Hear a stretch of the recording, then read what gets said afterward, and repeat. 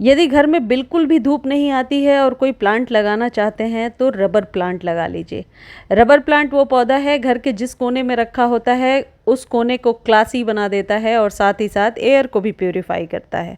ऐसा पौधा जो घर के अंदर लगा सकते हैं, घर के बाहर भी लगा सकते हैं, ऐसी बालकनी में लगा सकते हैं जहाँ पर कि धूप नहीं आती हो, और यदि धूप आ रही है वहाँ भी लगा सकते हैं। इतना ज़्यादा आप कह सकते एडजस्ट और नॉर्मल होकर चलने वाला पौधा कम देखा है मैंने। चलिए मैं आपको बताती हूँ कि यदि रबर प्लांट है आपके पास तो किस तरीके से बरसातों में केयर करना है और ऐसी कौन सी खाद है जिसे देने से सालों भर आप इसे स्वस्थ बना कर रख सकते हैं। देखिए, रबर प्लांट एक तो ऐसा पौधा है जिसे बड़े पॉट की ज़रूरत नहीं है। हमेशा छोटे पॉट में लगाइए, 6 इंच के कंटेनर में 3 से 4 सालों तक रह जाता है। इसको रीपॉट करने की ज़रूरत नहीं होती है। रबर प्लांट की पत्तियां क्लीन हो, इस बात का विशेष ध्यान रखिए। इसकी लीव्स जितनी ज़्यादा क्लीन रहेंगी, ये बहुत ही देखने में आप कह सकते हैं चमकदार रहेगा और एयर को प्यूरिफाई करता है। मैंने तो बालकनी में रखा है तो बरसात में पानी के छींटे पड़े हैं इस पर और थोड़ा गंदा हो गया है, लेकिन घर के अंदर लीफ को क्लीन करके रखिए।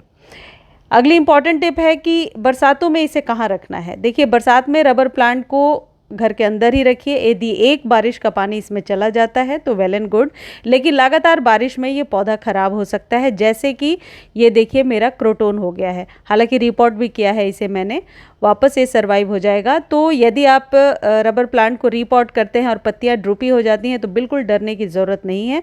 सॉइल यदि अच्छी बनी है तो पौधा चलता रहेगा। मैंने इस बरसात में इसको रिपोर्ट किया है, उसके बाद देखिए ग्रोथ आने लगी है। अब नेक्स्ट जो इम्पॉर्टेंट टिप है जिसके बारे में कई लोग पूछ रहे थे कि इसे घना कैसे बनाया जाए, एग्जैक्टली उसी तरीके से जैसे हम अपने और सभी पौधों को घना बनाते हैं, ऊपरी लेयर को कटिंग करके। यानी कि पौधा यदि साल भर पुराना है तो ऊपर से 1 इंच कट कर दीजिए। इसी बरसात में मैंने भी कट किया था और इसमें नई ब्रांच आने लगी है।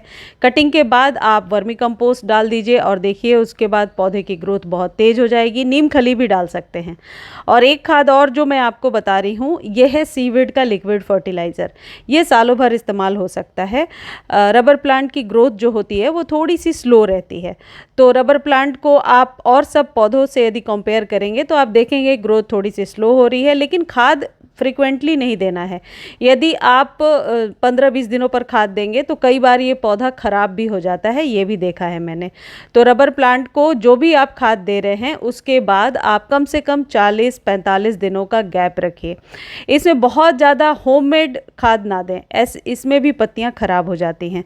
कहने का मतलब है 1 या 2 खाद का चुनाव कर लीजिए और वही आप रबर प्लांट को देते रहिए। पत्तियों को क्लीन कीजिए और गर्मी के मौसम में आप जो लीव्स हैं इस पर पानी का छिड़काव शाम के समय ज़रूर कीजिए। जहाँ तक पानी का सवाल है, कई बार रबर प्लांट सिर्फ ओवर वाटर से ही ख़राब होता है। तो रबर प्लांट को यदि आपने घर के अंदर रखा है तो एक नियम बना लीजिए कि वीक में 2 बार पानी देना है। यदि आपने बाहर रखा है, जैसे मैं बाहर ही रखती हूँ, तो मैं इसे वीक में 3 बार या 4 बार पानी देती हूँ, इससे ज़्यादा नहीं।